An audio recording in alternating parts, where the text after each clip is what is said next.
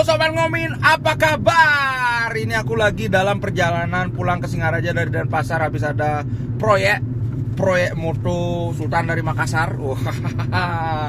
Karena habis ini pasti aku bakalan kecapean banget di rumah, terus mulai ngasuh anak-anak. Ya udah, kita bikin konten on the road. Alright, kita mau bahas soal pertandingan Inter lawan Juventus. Kita akan bertandang di kandang Juve. Nah, kalau aku nggak salah ingat, Juve punya rekor yang sangat bagus di kandangnya. Kalau tidak salah dia tidak terkalahkan. Sedangkan Inter sebaliknya, kita punya rekor sangat bagus ketika main tandang. Justru lawan Sassuolo dan Bolonya itu sepertinya kita kan itu aja yang kita gagal menang kan, seri sama kalah. Itu justru terjadi di kandang sendiri. Cuman maafkan kalau aku salah ya, aku nggak sempat ngecek, ini benar-benar berdasarkan ingatanku aja. Nah, kemarin ada komentar menarik, siapa yang bisa mempertahankan rekor biasanya itu yang terus berlanjut rekornya. Jadi dengan kata lain, kalau kita bisa menang lawan Juve, berarti kan kita mempertahankan rekor selalu menang tandang kan. Berarti ini akan berlangsung terus-terusan. Sedangkan rekornya Juve yang selalu perkasa di kandang, ya kemungkinan akan jebol. Nah, di sisi lain kita sekarang soroti pemain.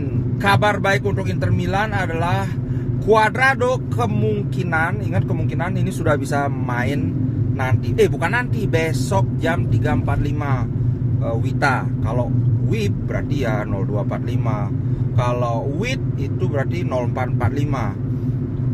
Cuadrado sudah bisa bermain, kemudian Arnautovic juga sudah bisa bermain. Praktis pemain yang dari Inter yang cedera itu cuman Pavard dan Bastoni. Kalau Bastoni mungkin lawan Napoli baru bisa baru bisa dievaluasi apakah dia sudah bisa bermain kembali. Tapi kalau lawan Juventus sepertinya sudah tidak bisa. Di sisi lain, oh ya, satu lagi, Hakan juga sudah aman karena dia kan bukan cedera tapi cuman flu gitu, ISPA dia, mungkin kena COVID lagi. Hakan juga udah bisa main, Barella juga sudah dapat istirahat yang cukup. Kemudian siapa lagi satu? Mkhitaryan apalagi. Bahkan Mkhitaryan katanya dia itu kan harusnya libur karena jeda internasional, tapi dia memilih menghabiskan waktu itu di Appiano Gentile, di tempat markas pusat latihan Inter Milan. Wih, memang dedikasinya. Dan satu lagi ini, Mkhitaryan mungkin akan punya motivasi berlebih karena kabarnya walaupun ditawarin gaji 15 juta sama Liga Arab itu, dia justru sedang ingin memperpanjang kontrak dengan Inter. Nah, biasanya kalau aku nggak salah ingat itu, pemain yang akan memperpanjang kontrak itu ininya bagus, performanya bagus, karena berharap kan, wah biar dapat kontrak baru. Nah, nanti ketika udah dapat kontrak baru menurun ininya. Nah, kebetulan ini kan pembicaraan kontrak barunya itu baru sedang akan dibicarakan. Jadi ya kita bisa harapkan Mkhitaryan akan mengamuk nanti lawan Juventus. Begitu. Di sisi Juventus, aku tidak tahu apa Vlahovic masih cedera, kayaknya udah enggak. Kemarin dia main. Kemudian Locatelli juga dikabarkan sudah bisa bermain lagi. So kemungkinan besar mereka full. Apa ada yang cedera, aku nggak ngikutin Juventus. Soalnya ini harap maklum ya, aku lagi di jalan. Kemarin saat live itu aku sudah ulas siapa yang masih cedera, siapa yang udah sembuh. Perkembangan terakhir yang aku ingat itu adalah Locatelli sudah hampir sembuh. Nah, rekor Inter lawan Juventus itu berapa ya? 5 pertandingan terakhir kan kita menang, terutama karena di Coppa kita menyingkirkan Juventus kan musim lalu. Kemudian bukan musim lalu, 2 musim lalu yang Sensi nyetak gol di menit akhir itu, apa Alexis Sanchez ya, lupa aku. Nah itulah pokoknya kita kalau dihitung 5 pertandingan terakhir itu kita unggulnya lebih banyak. Yang paling aku ingat itu adalah musim lalu kita di Serie A menang 1-0, dan itu pertandingannya boring, sangat membosankan.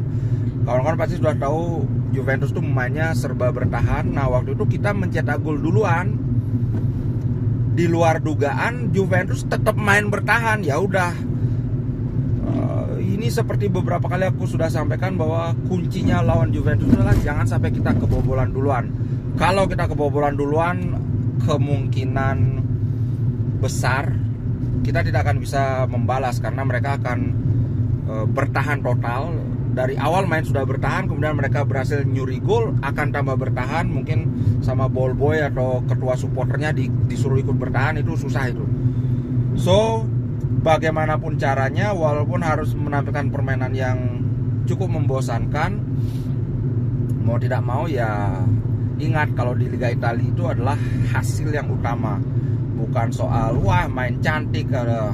Lihat kayak Milan lawan Fiorentina, diubuk-ubuk sama Fiorentina, ya tetap mereka menang 1-0, ya tetap dapatnya 3 poin kan, daripada Fiorentina main menguasai, bikin peluang lebih banyak, ya tetap aja 0 poinnya karena kalah.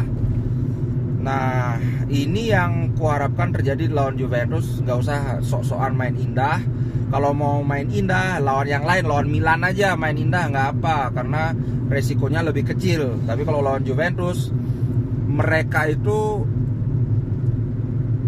tujuan utama dari permainan Juventus itu adalah menunggu sampai Inter melakukan kesalahan. Apalagi back Inter itu nggak ada yang punya speed kenceng.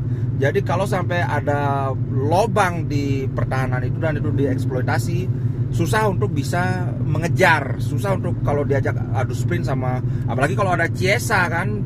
Chiesa kalau udah adu sprint kan, bikin kita dak-dikduk jantungnya. Kemarin aja Chiesa katanya mau adu sprint sama Mudryk katanya. Aku mau pingin tes adu sprint sama yang namanya Mudryk itu. Nah, jangan sampai kita yang kalau Acerbi udah nggak bisa, De Vrij, aduh. Kemungkinan kalau dari segi formasi Jan Sommer pasti main. Kemudian di depannya itu ada di kanan, ini yang kemungkinan menurutku Darmian, karena bisa terlalu beresiko memainkan pemain muda di pertandingan yang sangat penting. Jangan lupa Juventus itu ada di peringkat kedua dengan selisih cuma 2 poin. So kalau kita kalah udah disalib langsung. Kalau seri masih mending.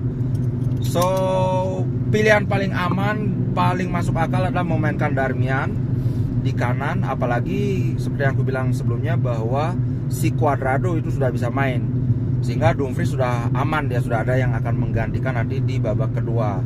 Di tengah sepertinya De Vrij dan di kiri Acerbi karena Bastoni nggak bisa main. Kemudian naik ke wingback kiri tentu saja Di Marco. Augusto memang ada perkembangan, tapi kalau dibandingkan sama Di Marco masih kalah kelas. Kemudian trio 8 tengah tentu saja kita tampil dengan pemain terbaik kita, yaitu Hakan, Barella dan Miki. Fratesi nanti dulu. Ingat nggak kita ngobrol di Zoom itu, bukan Zoom, Google Meet kan, kita ngobrol bahwa form is temporary but class is permanent. Untuk saat ini kelasnya Barella itu masih di atas Fratesi. Jangan silau dengan Fratesi 1-2 pertandingan dia tampil bagus, wah sudah bikin gol bla bla bla. Tapi kalau pingin jaminan mutu, ya Barella jawabannya. Apalagi Barella di timnas juga, waduh.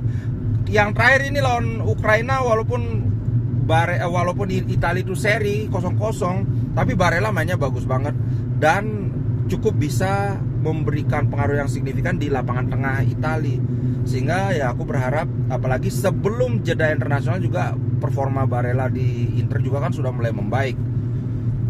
Jadi ya pendapatku Inter akan menampilkan trio Hakan, Miki, Barella. Ke depan tentu saja Lautaro dan Thuram, duet Thuram Lautaro. Aku sebelumnya baca bahwa katanya Lautaro itu 11 jam sebelum pertandingan baru balik, tapi ternyata udah dari kemarin dia sudah ada di tempat latihan. Wah, ternyata itu hoax aja. Dia punya waktu 2 hari untuk mempersiapkan diri, untuk berlatih, untuk mengembalikan staminanya, semua dari jet lagnya. Jadi aku pikir tidak terlalu khawatir dengan kondisi fisik Lautaro. Cuman kalau kawan-kawan ingat, ada yang menghitung bahwa kombinasi menit bermain pemain Inter dalam jeda internasional dibandingkan dengan pemain Juventus itu sampai 2 kali lipatnya. Inter lebih banyak. itu ada dari jumlah pemain Inter yang masuk timnas lebih banyak, kemudian pemain Inter yang menjadi tim inti di timnas juga lebih banyak.